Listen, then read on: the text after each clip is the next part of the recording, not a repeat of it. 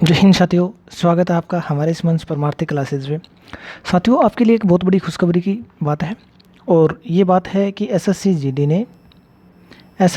ने वैकेंसी जिसका आप बहुत लंबे समय से इंतज़ार कर रहे थे उसका नोटिफिकेशन जारी कर दिया है और ये स्टार्ट होने वाले हैं। फॉर्म जल्दी स्टार्ट हो रहे हैं। डेट क्या है वो भी मैं बता रहा हूँ, 17 तारीख से स्टार्ट हो रहे हैं।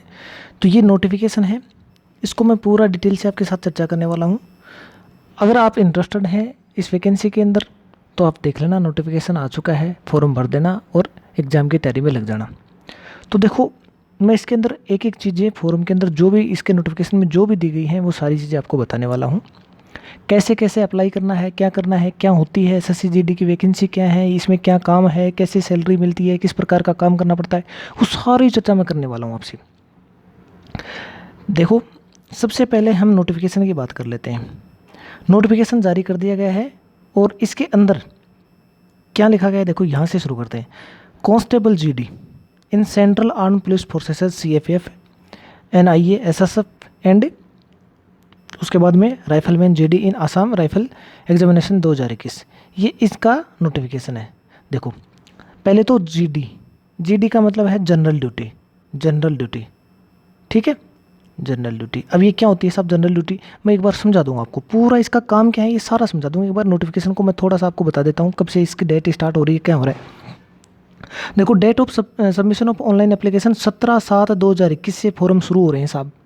17/7/2021 ये अभी आने वाली है। 17/7/2021 आज की डेट है। अब फॉर्म स्टार्ट हो रहे हैं 17/7/2021 को और 31/8/2021 तक ये फॉर्म भरे जाएंगे। तो आप लास्ट डेट का इंतजार ना करते हुए पहले बीच में भर देना फॉर्म जल्दी। अगर उसमें ये देखो, बाद में ऐसी बातें हैं कि receipt of online application last 31 तारीख तक भरा जा सकता है आपका। अगर पेमेंट करना है तो ये 2 सितंबर तक कर सकते हो। उसके बाद में अगर आप ऑफलाइन पेमेंट कर रहे हैं तो 4 सितंबर तक कर सकते हो। ये चीज़ें कोई काम की नहीं है, मैं ये बता रहा हूँ। आप 17/7/2021 से फॉर्म स्टार्ट हो चुके हैं, मतलब आज की डेट से स्टार्ट हो चुके हैं और ये 31/8 से पहले पहले आप भर देना। लास्ट डेट के चक्कर में पड़ना ही नहीं है हमें, तो पहले पहले भरना है। जितना जल्दी भर सकते हो भर दो, ठीक है। उसके बाद में आगे चलते हैं। इसके अंदर schedule for the computer based examination, जो एग्ज़ाम होगी वो कंप्यूटर बेस्ड होगी और उसका जो टाइम है कब होगी वो ये कहा गया है कि टू बी इन्फॉर्म लेटर, बाद में आपको सूचित कर दिया जाएगा एग्ज़ाम कब होगी, समझ गए। उसके बाद में आगे चलते हैं। इसके अंदर जो काम की चीज़ें मैं वही बता रहा हूँ। नोटिफिकेशन के अंदर आपको ये पता चल गया इसके अंदर कि भाई ये फॉर्म स्टार्ट कब से हो रहे हैं। और उसके बाद में आगे देखो, इसने कहा है कि application will be accepted through online mode only, सिर्फ ऑनलाइन मोड में ही एप्लीकेशन स्वीकार किए जाएंगे। आप जो फॉर्म भर रहे हैं ऑनलाइन मोड में ही भरना, बाकी ऑफलाइन फॉर्म भर के कहीं भेजने की कोई ज़रूरत नहीं है और वो मान्य भी नहीं होगा, ठीक है। उसके बाद में जो एग्ज़ाम होनी है वो आपकी कंप्यूटर बेस्ड एग्ज़ाम होगी, कंप्यूटर के ऊपर एग्ज़ाम होगी। कैसे होगी, क्या आएगा, वो मैं अभी चर्चा करने वाला हूँ। फिर उसके बाद में इसके अंदर एग्ज़ाम होगी, पहले एग्ज़ाम के बाद में इसमें फिजिकल टेस्ट होगा जिसको फिजिकल एप्टीट्यूड टेस्ट बोलते हैं, और उसके बाद में फिजिकल स्टैंडर्ड टेस्ट होगा, पीएसटी बोलते हैं, और उसके बाद में डिटेल मेडिकल एग्जामिनेशन टेस्ट होता है। और अगर आपको डिटेल मेडिकल एग्जामिनेशन टेस्ट के अंदर मान लो निकाल दिया जाता है तो रीमेडिकल दिया जाता है। उसके अंदर क्या होता है कि आप रीमेडिकल करवा सकते हो, दोबारा अपना जो भी पॉइंट दिया जाता है उसको तुड़वा के आप दोबारा जा सकते हो, कोई समस्या नहीं होती, ठीक है। तो ये रीमेडिकल की भी बात कही गई है इसमें, समझ गए। उसके बाद में आगे इसमें चलते हैं, थोड़ा सा डॉक्यूमेंट सर्टिफिकेट ये अभी आपकी ज़रूरत नहीं है। वैकेंसी की बात कर लेते हैं, पेमेंट की बात कर लेते हैं। देखो, पे स्केल कितना है इसका, पे स्केल है साहब लेवल 3 है। लेवल 3 में आती है 21,700 से 69,100 रुपये तक मिलते हैं आपको। कुल मिला के बात ये है, जब भी आप ट्रेनिंग करने जाओगे ना, सिलेक्शन हो गया आपका, बेसिक ट्रेनिंग करने जाओगे, जैसे भी आपको जो भी सर्विस अलॉट होती है, जैसे भी जो भी डिपार्टमेंट अलॉट होता है, मान लो कि बीएसएफ होता है, सीआरपीएफ होता है, आईटीबीपी होता है, जो भी डिपार्टमेंट अलॉट होता है, उसकी ट्रेनिंग करने जब भी उसके ट्रेनिंग सेंटर में जाओगे तो वहाँ आपको ये मान के चलना 23,000 के लगभग रुपये मिलेंगे। कहीं भी जाना आप, लगभग 23,000। हो सकता है कहीं ट्रेनिंग सेंटर ऐसी जगह हो जहाँ पे अलाउंसेज वगैरह मिल रहे हों तो वहाँ थोड़ा वेरी कर सकता है, लेकिन ये मान के चलना स्टार्टिंग में जिस दिन आप जाओगे, पैर रख दोगे सेंटर में, उस दिन से आपकी पेमेंट स्टार्ट हो जाएगी। और उस दिन से जब भी 1 महीना हो जाएगा तो आपकी पेमेंट मिल जाएगी और वो पेमेंट लगभग इतनी आएगी। जब ट्रेनिंग आपकी ख़त्म हो जाएगी तो सारे अलाउंसेज आपको मिलने लग जाएंगे, एसडीए वगैरह मिलने लग जाएगा, टीए वगैरह मिलने लग जाएगा, बहुत सारे अलाउंसेज हैं डिफेंस सीएपीएफ के, वो सारे अलाउंसेज आपको मिल जाएंगे। और लगभग आपकी सैलरी है कांस्टेबल की, लगभग आपकी स्टार्टिंग की मतलब ट्रेनिंग ख़त्म होने के बाद जो सैलरी है वो लगभग बन जाएगी 27 से 28 हज़ार रुपये, ये लगभग हर बता रहा हूँ मैं। और इसमें वेरी कर जाएगा, क्योंकि अगर मान लो आपको एसडीए थोड़ा ज़्यादा मिल रहा है, ऐसी जगह ड्यूटी आ गई आपकी यूनिट ऐसी जगह है जहाँ पे एसडीए बहुत ज़्यादा मिल रहा है, तो वहाँ आपकी इससे ज़्यादा भी चली जाएगी, लेकिन इतनी तो मिलेगी, ये मान के चलना, ठीक है। उसके बाद में वैकेंसीज़ की बात करें कि वैकेंसी कितनी है इसके अंदर साहब, तो वैकेंसी देखो, टोटल वैकेंसी है 25,271 है, 25,271 है टोटल वैकेंसी। लेकिन ये क्या है, चेंज भी हो सकती हैं। इन्होंने ये बताया है कि भाई ये वैकेंसी चेंज हो सकती हैं। क्यों हो सकती हैं? क्योंकि इसके अंदर बदलाव कर सकता है, बोर्ड भी कर सकता है, एसएससी बोर्ड है या फिर डिपार्टमेंट की जैसे डिमांड हो गई तो ये ऊपर नीचे की जा सकती है वैकेंसी को, तो वो कोई दिक्कत नहीं, हमें तो एक वैकेंसी चाहिए। वैकेंसी किस किस की आती हैं साहब इसके अंदर? सीएपीएफ की वैकेंसी आती है। सीएपीएफ में क्या आती है? सेंट्रल आर्म पुलिस फोर्सेज आती हैं। और कौन कौन से डिपार्टमेंट आते हैं इसमें? देखो बीएसएफ आता है। बीएसएफ आपको पता है बॉर्डर की सिक्योरिटी करता है, जो कि भारत के जो इधर पाकिस्तान वाला बॉर्डर लगता है, इधर बांग्लादेश वाला, तो बांग्लादेश और पाकिस्तान के बॉर्डर की सुरक्षा करने का काम किसका है? बीएसएफ का है, ठीक है। उसके बाद में सीआईएसएफ के हिसाब, सीआईएसएफ का क्या काम है? जो हमारे जितने भी, इसका पूरा नाम क्या है? सेंट्रल इंडस्ट्रियल सिक्योरिटी फोर्सेज, तो जितने भी हमारे उद्योग हैं उन सब की सिक्योरिटी का काम किसका होता है? सीआईएसएफ का होता है। जैसे आपका मेट्रो स्टेशन हो गया, जैसे आपके एयरपोर्ट हो गए, ठीक है। उसके बाद में कोई बड़े उद्योग हैं वहाँ, इन सब की सिक्योरिटी की जिम्मेदारी किसकी होती है? सीआईएसएफ की होती है। उसके बाद में आती है सीआरपीएफ। सीआरपीएफ का क्या काम होता है? Central reserve police forces. इसका क्या काम होता है कि जो देश के अंदर आंतरिक सुरक्षा है, देश की आंतरिक सुरक्षा का काम किसका है? सीआरपीएफ का है। जैसे कोई नक्सली हमले हैं उनको रोकना हो गया, कहीं चुनाव करवाने हैं, दंगे ना हो वहाँ उसकी चुनावों के अंदर सिक्योरिटी करनी है उस क्षेत्र की, वो काम किसका है? सीआरपीएफ का है। हाँ, हालांकि बीएसएफ वगैरह इनको भी लगा देते हैं, क्योंकि कम पड़ जाती है फोर्स तो लगा देते हैं, वो एक अलग बात है। बाकी मैं मूल रूप से इसी का काम है सीआरपीएफ का, समझ गए। उसके बाद में एसएसबी, इसका काम क्या है सब? ये भी सशस्त्र सीमा बल है, ये भी सीमा के ऊपर सुरक्षा करती है। जो उत्तरी भारत का जो बॉर्डर लगता है नेपाल की तरफ, इधर इसकी सीमा सुरक्षा का जिम्मेदारी किसकी है? एसएसबी की है। आईटीबीपी ये तिब्बत वाले बॉर्डर की सुरक्षा करने वाली फोर्स है, ठीक। इस प्रकार से ये अन्य हैं, तो आप इनके अंदर देख सकते हैं। ये पूरी की पूरी जितने भी डिपार्टमेंट है इसमें नाम दे रखा है आपको यहाँ सामने। बीएसएफ है, सीआईएसएफ है, सीआरपीएफ है, एसएसबी, आईटीबीपी है, एयरफोर्स सॉरी एआर है, एनआईए, एसएसएफ है, ये सब हैं डिपार्टमेंट। इनके अंदर आपको कोई भी डिपार्टमेंट अलॉट हो सकता है, वो आपकी प्रेफरेंस और आपकी रैंक कैसी आएगी एग्जाम के अंदर, उसके हिसाब से आपको मिल जाएगा, ठीक है। अब देखो सीआईएसएफ, बीएसएफ, सीआरपीएफ, इनकी वैकेंसीज कितनी है? तो मेल की वैकेंसीज दे रखी है यहाँ तो, और ये कैटेगरी वाइज दे रखी है। अगर आप ओबीसी से बिलोंग करते हैं तो 1453 है, एसटी से आते हैं तो 603 है, एससी से आते हैं तो 1026 है, और जनरल के हैं 2690, 2690 है। टोटल हैं 6413। 6413 किसकी वैकेंसी है? बीएसएफ की। और ये मौका आपके लिए बहुत अच्छा है। सीएसएफ की वैकेंसी देखो 7610 है, 7610, और सबसे ज़्यादा प्रेफरेंस इसी को भरते हैं बच्चे। क्यों भरते हैं उसका कारण मैं बताऊंगा आपको, ठीक है। तो ये इस प्रकार से फीमेल की वैकेंसी है, आप देख सकते हो यहाँ पे फीमेल की वैकेंसी टोटल कितनी है बीएसएफ के अंदर?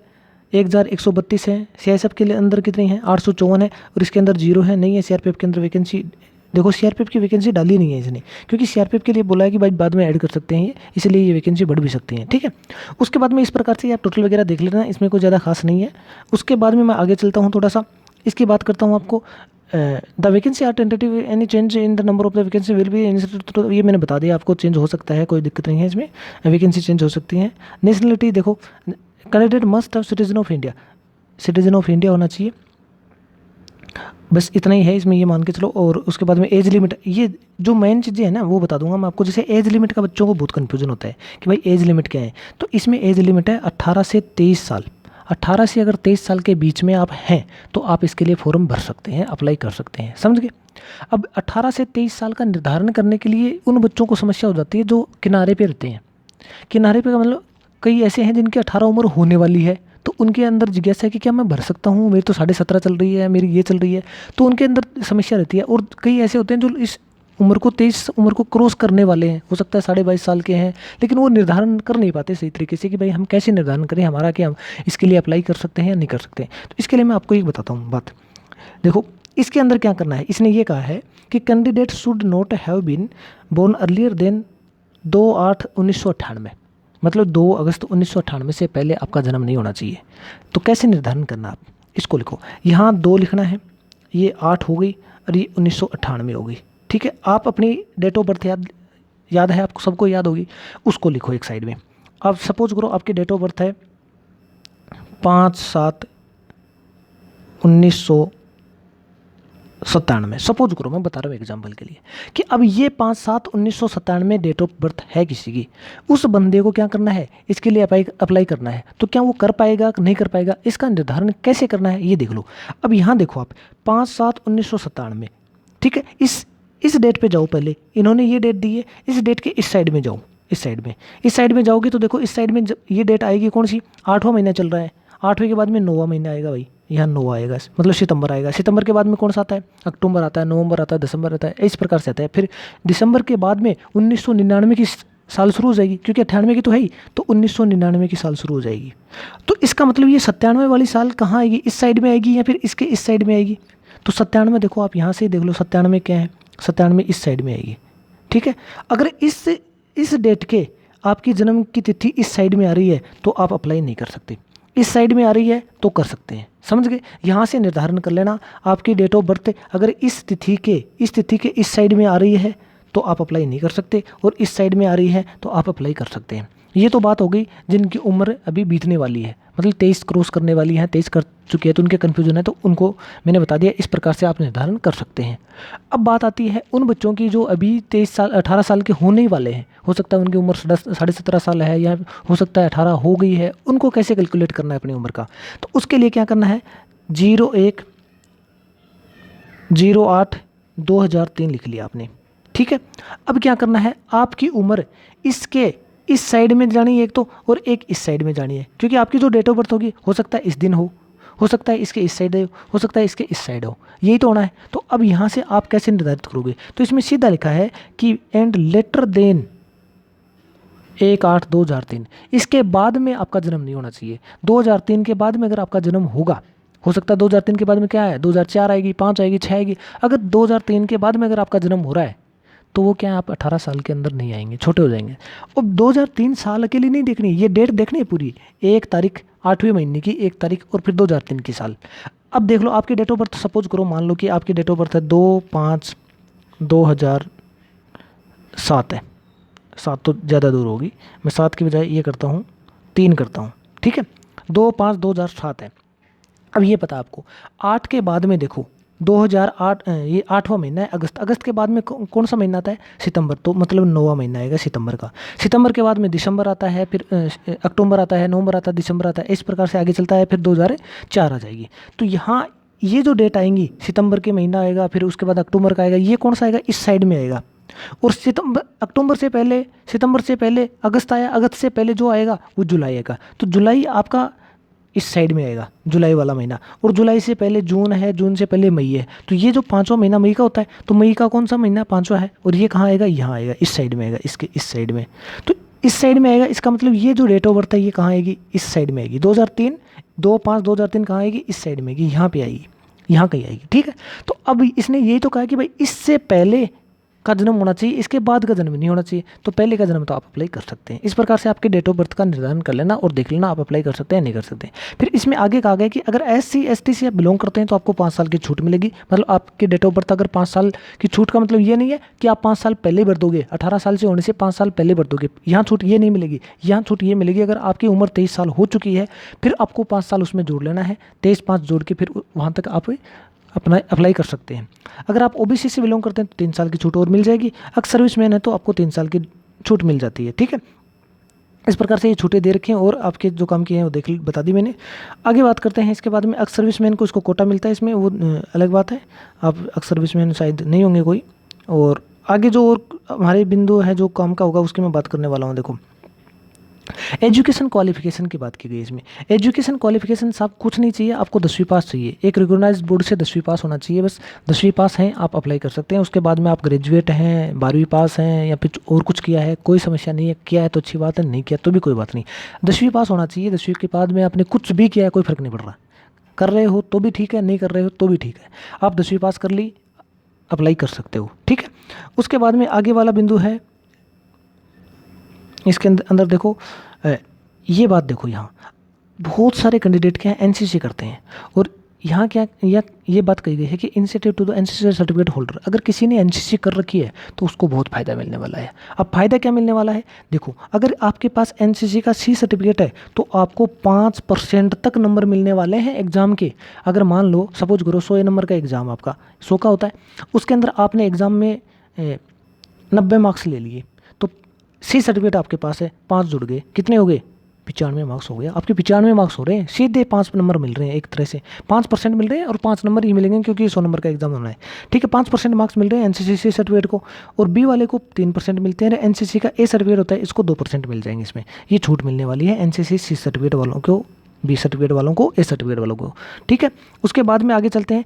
देखो this benefit is not available for ex serviceman. अगर आप एक्स सर्विसमैन में हैं और फिर आपके पास एनसीसी सर्टिफिकेट है तो आपको ये छूट नहीं मिलेगी, फिर आपको एक्स सर्विसमैन का ही कोटा मिलेगा। ठीक है, अब अप्लाई करना है, अप्लाई कैसे करना है ये आपको पता होगा, आप जानते होंगे अप्लाई करना, तो उसमें कोई ज़्यादा है नहीं। साइट पे जाना है, एसएससी की साइट पे जाना है, वहाँ जाके अप्लाई कर देना, जो भी डिटेल मांगी जाती है। अगर नहीं पता तो आप कहीं से करवा भी सकते हैं, ईमेल वगैरह से या फिर कोई भी कैफे वगैरह से। ठीक है, फीस की बात कर लेते हैं। फीस क्या है, देखो फीस आपको 100 रुपये देनी है, सिर्फ 100 रुपये देनी है, सिर्फ 100 रुपये फीस है। और वो भी किसको देनी है, जनरल वालों को।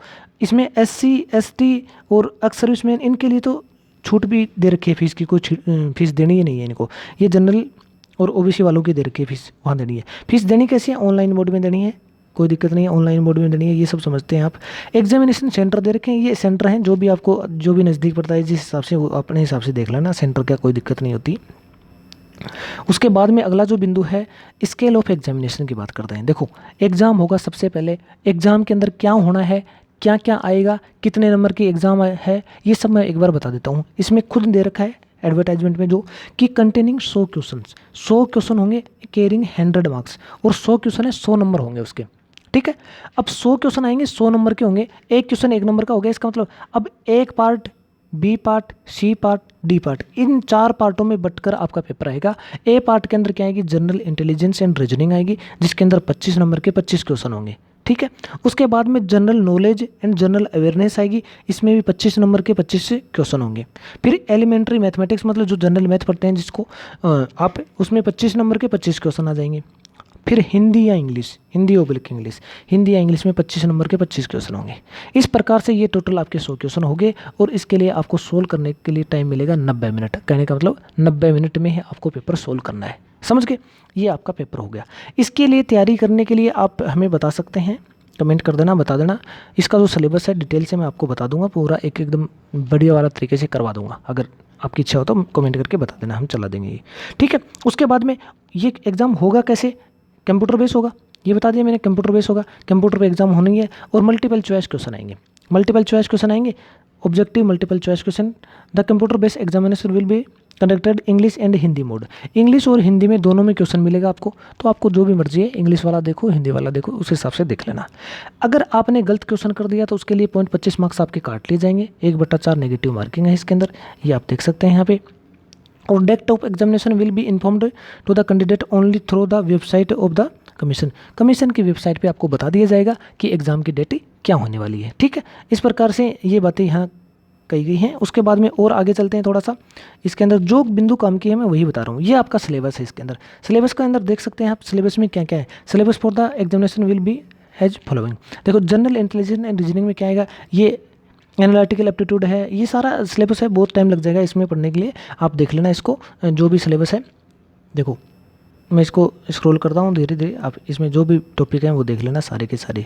ठीक है, उसके बाद में देखो अगर आपने एग्ज़ाम निकाल ली, एग्ज़ाम निकालने के बाद एग्ज़ाम में अगर पास होते हैं आप, तो आपको किसके लिए बुलाया जाएगा, फिजिकल एफिशिएंसी टेस्ट के लिए, पीईटी के लिए बुलाया जाएगा, और फिजिकल स्टैंडर्ड टेस्ट पीएसटी के लिए बुलाया जाएगा। ठीक है, इसके अंदर ये कहा गया कि अगर आप एग्ज़ाम पास कर लेते हैं तो आपको फिजिकल एफिशिएंसी टेस्ट और फिजिकल स्टैंडर्ड टेस्ट के लिए बुलाया जाएगा।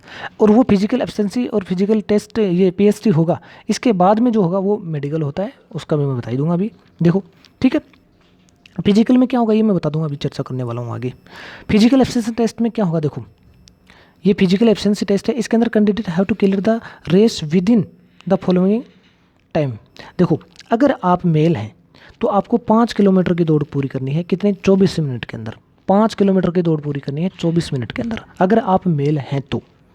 अगर आप फीमेल हैं तो आपको 1.6 किलोमीटर की दौड़ पूरी करनी है, कितने, 8.5 मिनट में, 8.5 मिनट में 1.6 किलोमीटर की दौड़ पूरी करनी, कहने का मतलब 1600 मीटर की दौड़ पूरी करनी है 8.5 मिनट में।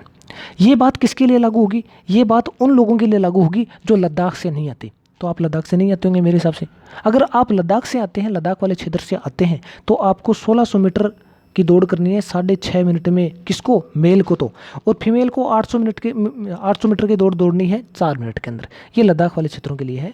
तो आप तो मेरे हिसाब से ज़्यादातर इसी से बिलोंग करते हैं। तो आपको अगर मेल हैं तो 5 किलोमीटर की दौड़ की तैयारी करनी है, 24 मिनट में पूरी करनी होगी। और इसके अंदर फीमेल है तो 1600 मीटर की दौड़ करनी है पूरी 8.5 मिनट में। समझ गए? उसके बाद में जो आगे चलते हैं, थोड़ा सा पीएसटी की बात करते हैं। आपका फिजिकल स्टैंडर्ड टेस्ट, इसके अंदर क्या चेक किया जाएगा आपका कि भाई आपका फिजिकल है जो स्टैंडर्ड है वो पूरा है कि नहीं है। तो क्या पूरा होना चाहिए, कैसा होना चाहिए? देखो, हाइट मांगी है इन्होंने। हाइट के लिए कहा कि अगर आप मेल हैं तो आपकी हाइट 170 सेंटीमीटर होनी चाहिए कम से कम। इससे ज़्यादा है तो कोई दिक्कत नहीं है, इससे कम नहीं होनी चाहिए। अगर आप फीमेल हैं तो आपकी हाइट 157 सेंटीमीटर होनी चाहिए, 157 सेंटीमीटर होनी चाहिए। और ये होनी चाहिए फीमेल के लिए 157 और मेल के लिए 170 सेंटीमीटर होनी चाहिए। ठीक है। इसके अंदर रिलैक्सेशन है, candidate have allowed relaxation in the height mention above relaxation standard height of the schedule. ये नीचे दे रखा है, इसमें रिलैक्सेशन दे रखा है, किन किन को रिलैक्सेशन है देख सकते हो आप। देखो, अगर कोई शेड्यूल ट्राइब से आता है तो उसको रिलैक्सेशन मिला है क्या? मेल वालों को 162.5 सेंटीमीटर तक, और फीमेल है, फीमेल को 150 सेंटीमीटर तक की। ये रिलैक्सेशन और भी दे रखे हैं, आप देख सकते हैं कौन से क्षेत्र से आप अगर इन क्षेत्रों से बिलोंग करते हैं तो आपको रिलैक्सेशन है तो आपकी हाइट ये होनी चाहिए। ठीक है, लेकिन जनरल वो हाइट है, मैं बता चुका हूँ आपको।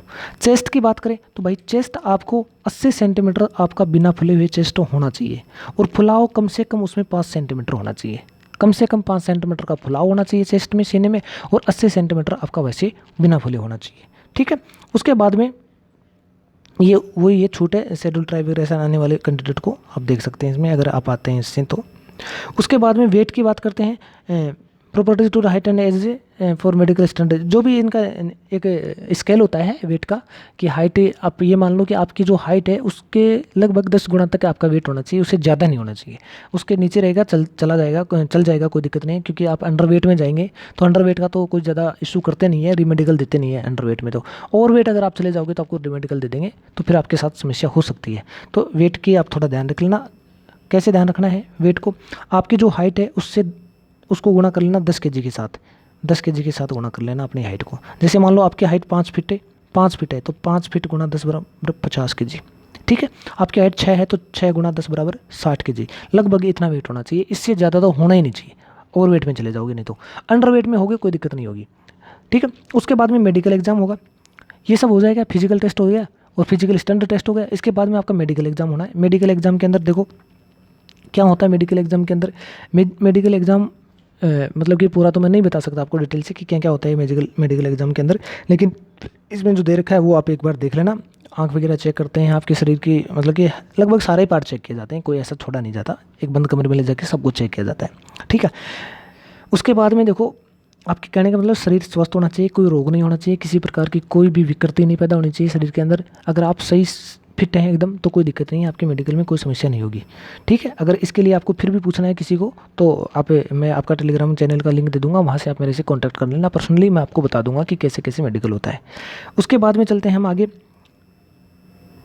Admission to the examination. ये भी आपके कोई काम का नहीं है, और जो बिंदु काम का है मैं बताता हूँ। ये सब डॉक्यूमेंट वगैरह सब पता। मोड ऑफ सिलेक्शन कैसे होगा, इसकी बात करता हूँ मैं एक बार।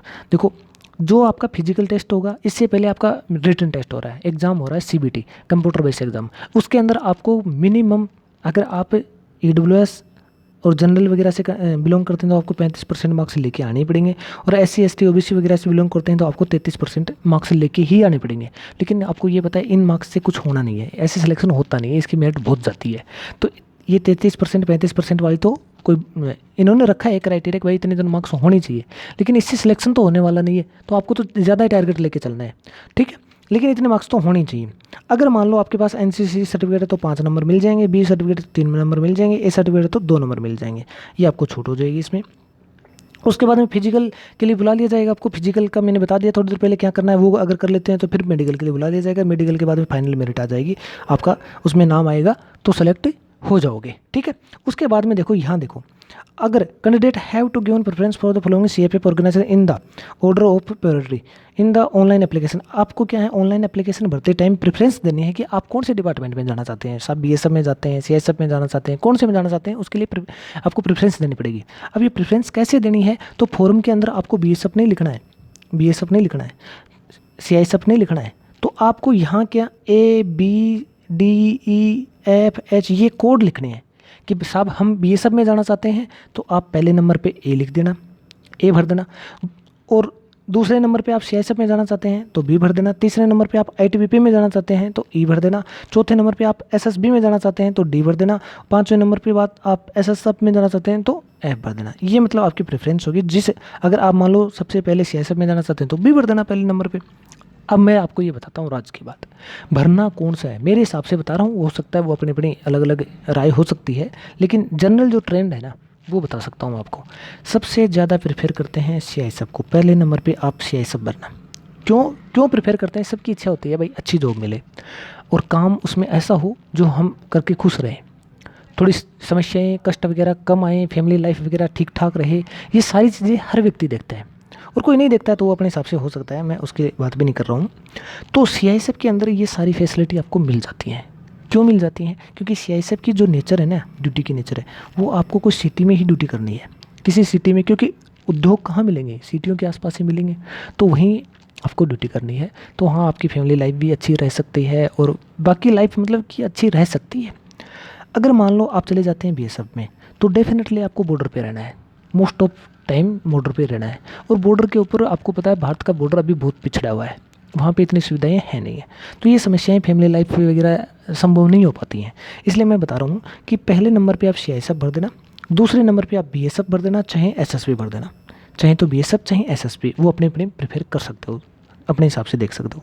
दूसरे नंबर पे इन दोनों में भर देना, तीसरे नंबर पे ITBP, चौथे नंबर में इसमें CRPF की अभी वैकेंसी आई नहीं है तो चौथे पे CRPF वगैरह कर सकते हो, और ये भी कर सकते हो आप, देख लेना वो तो, लेकिन पहले पे ज़्यादातर यही भरते हैं। ठीक है, ये मैंने आपको बता दी थोड़ी सी बात। उसके बाद में जो इसमें और आता है आगे जो बिंदु है वो मैं बताने वाला हूँ आपको। देखो क्या आएगा इसमें आगे, इसमें कोई और काम की चीज़ है नहीं, ये सब ऐसी बात दे रखी है आपकी जुडिशल वगैरह कोर्ट में, तो ये कुछ नहीं है। अब यहाँ तक की बात हो चुकी है इसके अंदर, और ये इतना हो गया बहुत है। ठीक है, अब मैं इसके अंदर थोड़ा सा ये बता देता हूँ, इसकी जो प्रोफाइल वगैरह कैसी है क्या है, थोड़ा सा बताऊँगा, डिटेल से नहीं बताऊँगा। तो आप देखो इसके अंदर जो प्रोफाइल कैसी है, आपको क्या करना है, GD के अंदर जाना है, GD के अंदर जाना है, GD की भर्ती है ये। GD में जाओगे इसका मतलब जनरल ड्यूटी करनी है वहाँ। जनरल ड्यूटी का मतलब अगर मान लो आप CISF में चले गए, CISF में चले गए, ठीक है, यहाँ क्या करना है आपको, जैसे एयरपोर्ट पे आपकी ड्यूटी आएगी, मान लो एयरपोर्ट पे, तो एयरपोर्ट के ऊपर आपकी अगर बंदूक दी जाएगी, एक हथियार दिया जाएगा, बंदूक का मतलब हथियार दिया जाएगा, और वहाँ एक पोस्ट बना रखी है, उस पोस्ट पे खड़े हो जाना है और ध्यान रखना है, चौके नहीं रहना है कि भाई कोई मिलिटेंट वगैरह कोई ऐसी अनएक्सपेक्टेड गतिविधियाँ न करने वाला हो, बस ये ध्यान रखना, सिक्योरिटी का काम करना है। ठीक है, ड्यूटी आएगी, वो ड्यूटी कैसे आएगी, 8 घंटे की आएगी, 4 घंटे की आएगी, 3 घंटे की, वो कई बार यूनिट के हिसाब से चेंज कर लेते हैं, और वहाँ का वो अलग मैटर है, मैं बता रहा हूँ उसका बाद में देख लेंगे आप जब भर्ती हो जाओगे। अगर मान लो आप BSF में चले गए, तो BSF में क्या करना है आपको साहब, BSF में बॉर्डर पे जाना है, ये बॉर्डर है, मान लो बॉर्डर पे यहाँ पोस्ट बनी है, यहाँ पोस्ट बनी है, यहाँ पोस्ट है, आपको हथियार लेके यहाँ खड़ा हो जाना है, यहाँ खड़ा हो जाना है, यहाँ खड़े हो जाना है, 1 में 2 में ऐसे ग्रुप में खड़े हो जाते हैं, और यहाँ बॉर्डर की ध्यान रखना है। इस साइड में काउंटर पार्ट है, मान लो ये पाकिस्तान है, तो पाकिस्तान की तरफ ध्यान रखना आपको, पाकिस्तान से कोई अनएक्सपेक्टेड गतिविधि ना हो, बस ये ध्यान रखना है। ठीक है, इसके अंदर आपको टाइम, जो ड्यूटी का टाइम होता है वो 2 घंटे से आ जाती है, कई बार 4 घंटे से भी आ जाती है, वो भी डिपेंड अलग अलग जगह के हिसाब से करता है, कोई दिक्कत नहीं है। इस प्रकार से ये ड्यूटी है, सबकी एक जैसी नेचर है, कोई समस्या नहीं, बहुत अच्छी नौकरी है, बहुत बढ़िया नौकरी है। आप अच्छे शानदार तरीके से इसकी तैयारी करना, और ये सबसे कम उम्र में मिलने वाली सबसे अच्छी अचीवमेंट होती है। मेरा मानना है कि डिफेंस में जाना, CFF हो चाहे वो आर्मी हो, एयरफोर्स वगैरह हो, इसमें जाने का मतलब ये है कि आप बहुत तो कम या छोटी सी उम्र में बहुत बड़ी अचीवमेंट कर लेते हैं। ठीक है, आपको पता है बड़े बड़े इंजीनियर वगैरह घूमते रहते हैं, उनके पास बहुत अच्छी डिग्रियाँ हैं, लेकिन उनको 10,000 रुपये और 15,000 रुपये के बीच में भी जॉब मिलना बहुत मुश्किल होती है, समझ गए। और यहाँ आप मात्र 10वीं पास हैं, यहाँ चले जाते हैं तो आप सीधे 23 से 24,000 रुपये के मालिक हो जाते हैं महीने के दिन। ठीक है, बहुत अच्छी जॉब है, आप तैयारी करना बढ़िया तरीके से, शानदार तरीके से तैयारी करके उसके बाद में एग्ज़ाम देना, और अभी से तैयारी करने के लिए लग जाओ, डेफिनेटली आपका सिलेक्शन हो गया। और आगे अगर कोई भी आपको क्वेरी है, किसी प्रकार की क्वेरी है, तो आप यहाँ हमारे से पूछ सकते हैं, कॉन्टैक्ट कर लेना, बता देंगे आपको। धन्यवाद।